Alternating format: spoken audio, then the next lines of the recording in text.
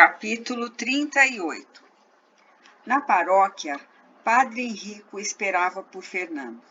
Assim que o viu entrar, indagou: "E então, quando pretende partir?" "Hoje mesmo, padre." "Hoje? Por que tão depressa?" E notando que o jovem estava sem a batina: "O que aconteceu com sua batina?" Fernando, a caminho do quarto, enquanto conversava, respondeu: "No lugar para onde vou, padre, certamente não vou precisar dela." "Não compreendo. Sei que nas Américas os sacerdotes também usam batina." Fernando entrou no quarto, sempre seguido pelo pároco. Abaixou-se, pegou a mala guardada debaixo da cama e, colocando-a sobre a mesa, começou a arranjar seus pertences. O padre não entendeu, ao ver que Fernando não punha na mala suas batinas, que permaneciam penduradas no armário. "O que se passa, Fernando? Está contrariado por ter que partir, é isso?" Ele não levou mais do que 20 minutos para jogar tudo dentro da mala, o que possuía.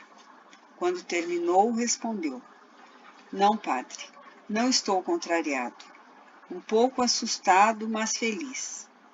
Fechou a mala e, olhando o quarto com carinho, disse: "Estou pronto, padre.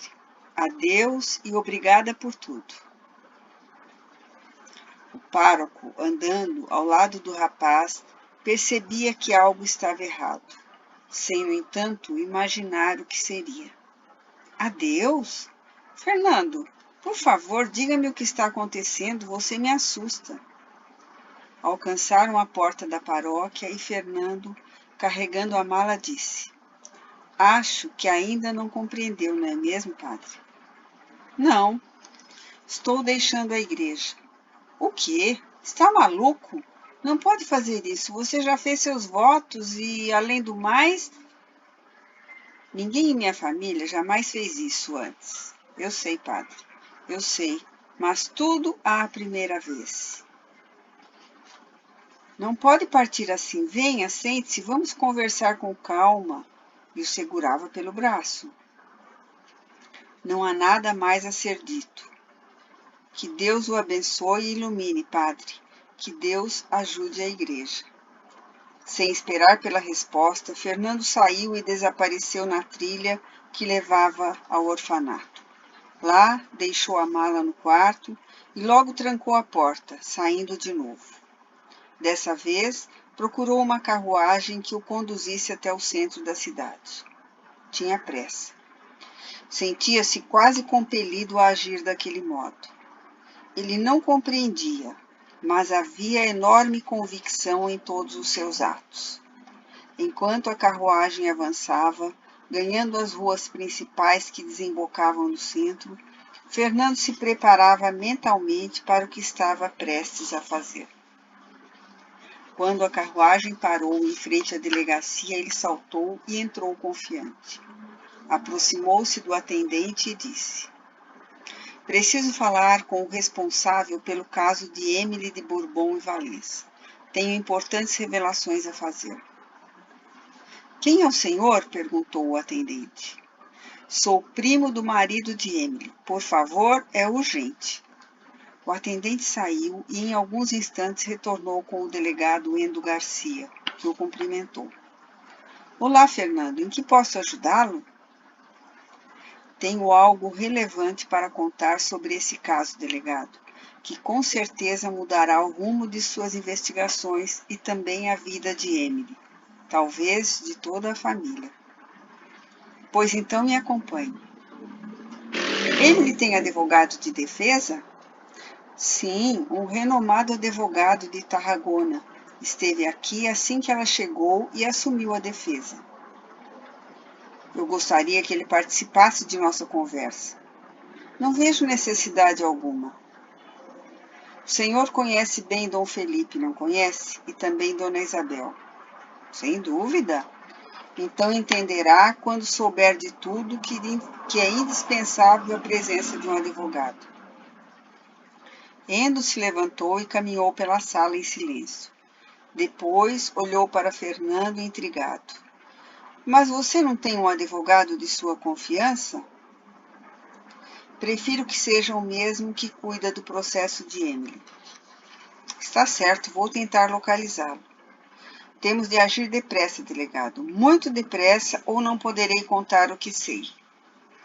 As inesperadas afirmações de Fernando atiçavam a curiosidade do delegado. E por quê? Em breve a notícia se espalhará e estarão atrás de mim. Quem virá atrás de você? Do que está falando? Acabei de abandonar os votos religiosos, delegado, e uma das razões está indiretamente ligada ao que tenho para revelar. Percebe a gravidade do que vou dizer? Encarando Fernando com seriedade, Endo respondeu. Sim, e vou mandar buscar o advogado imediatamente. Sei que está hospedado na casa de um tal Miguel. O delegado saiu e logo retornou. Mandei buscá-lo, deve chegar logo. Espero que venha depressa. Não demorou muito para que um policial entrasse em companhia de um homem simpático. Feitas as apresentações, o delegado, Fernando e Vicente, o advogado, se fecharam em uma sala. Antes, Endo disse ao policial, não quero ser interrompido. O policial acatou prontamente a determinação. Tão logo se acomodaram os três na sala, as portas trancadas, Endo disse, pois bem, pode começar. O que há de tão grave a ser revelado sobre esse caso? O que tenho a dizer, doutor, disse Fernando olhando para o advogado. Não poderá ser provado facilmente. Mesmo assim, como estou diretamente envolvido, creio que meu depoimento tem forças, tem peso. Participei do complô que foi arranjado para internar Emily. Foi tudo forjado. Ela nunca tentou matar ninguém, nunca colocou veneno na comida do marido nem da filha. Foi tudo uma armação. Os outros ouviam atentamente e então o advogado perguntou. O fato é que foi encontrado veneno no prato que seria servido naquela noite. É a prova principal que a acusação tem contra ela. Não foi ela quem colocou o veneno. Não? Então quem foi? Fui eu que coloquei o veneno. Você? Mas foi tudo minuciosamente e longamente arquitetado. E por quê? Qual o motivo?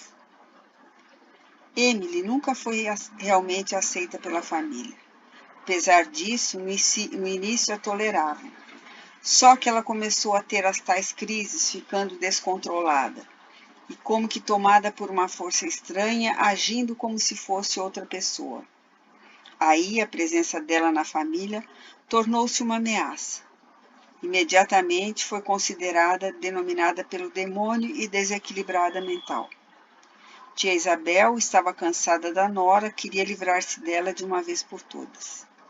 Contudo, afora as crises, Emily era uma mulher correta e de atitudes impecáveis. Quando o problema se agravou, minha tia pediu a Ricardo que a internasse. Ele relutou muito, pois amava a esposa. Porém, as alterações de comportamento se repetiam. Minha tia temia que se espalhassem rumores a respeito e que a reputação da família fosse maculada.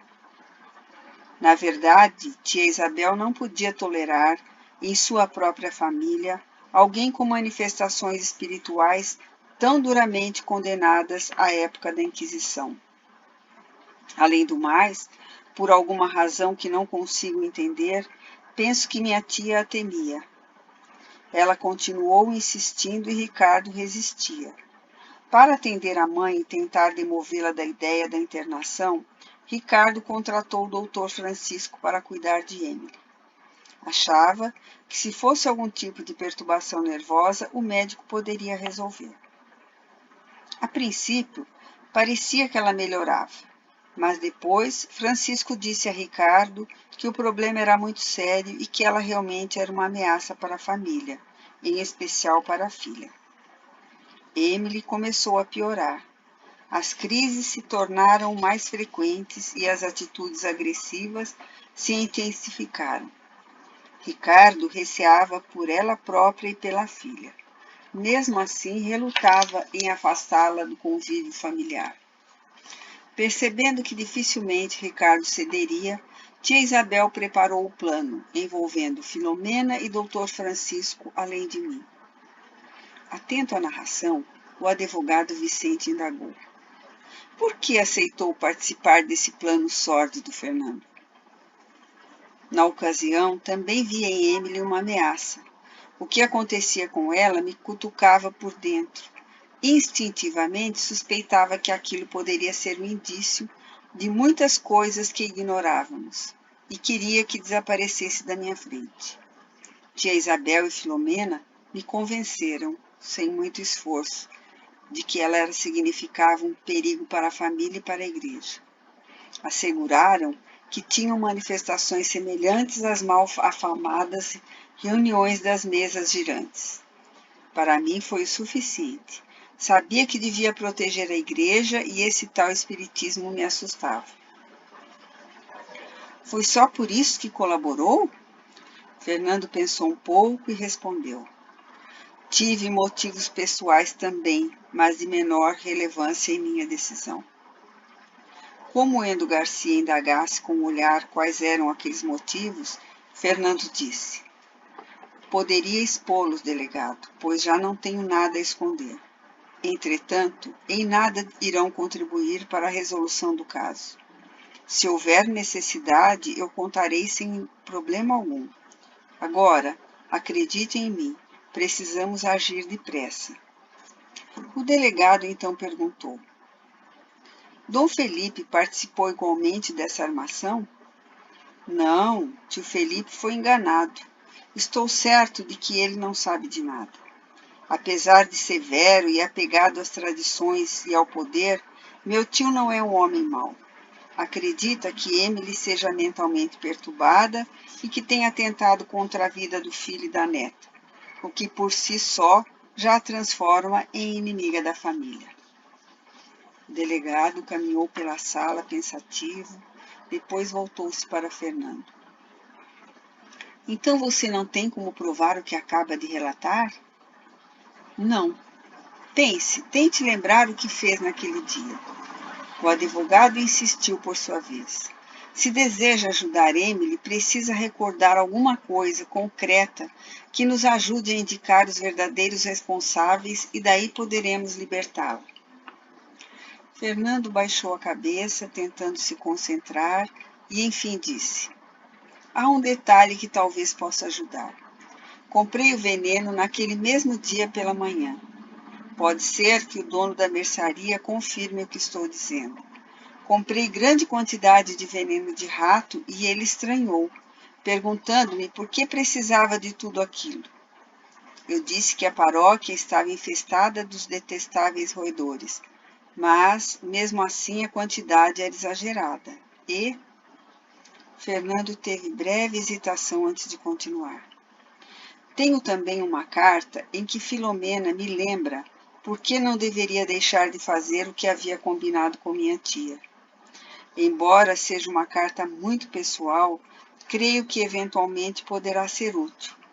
Gostaria de pedir que seu conteúdo fosse preservado da imprensa e das demais pessoas que não tenham ligação com o caso.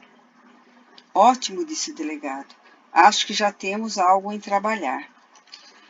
Poderão soltar Emily? Perguntou Fernando.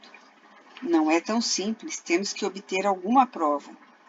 E olhando para Fernando com firmeza, perguntou. Tem consciência do que acaba de fazer, Fernando? Sabe que ficará detido a partir de agora e poderá ser preso? Por que decidiu se entregar? Minhas crenças e meus valores estão diferentes. Não posso mais mentir, esconder a verdade ou manipulá-la para servir aos meus interesses. Estou consciente de que sofrerei as consequências. Contudo, tenho o atenuante de estar confessando, não é, doutor? Perguntou o advogado. Temos um longo caminho a percorrer. Vamos ver ao que conseguiremos fazer em seu favor. Vou atrás das evidências o mais rápido possível. Sem demora, o delegado saiu para tomar as providências necessárias.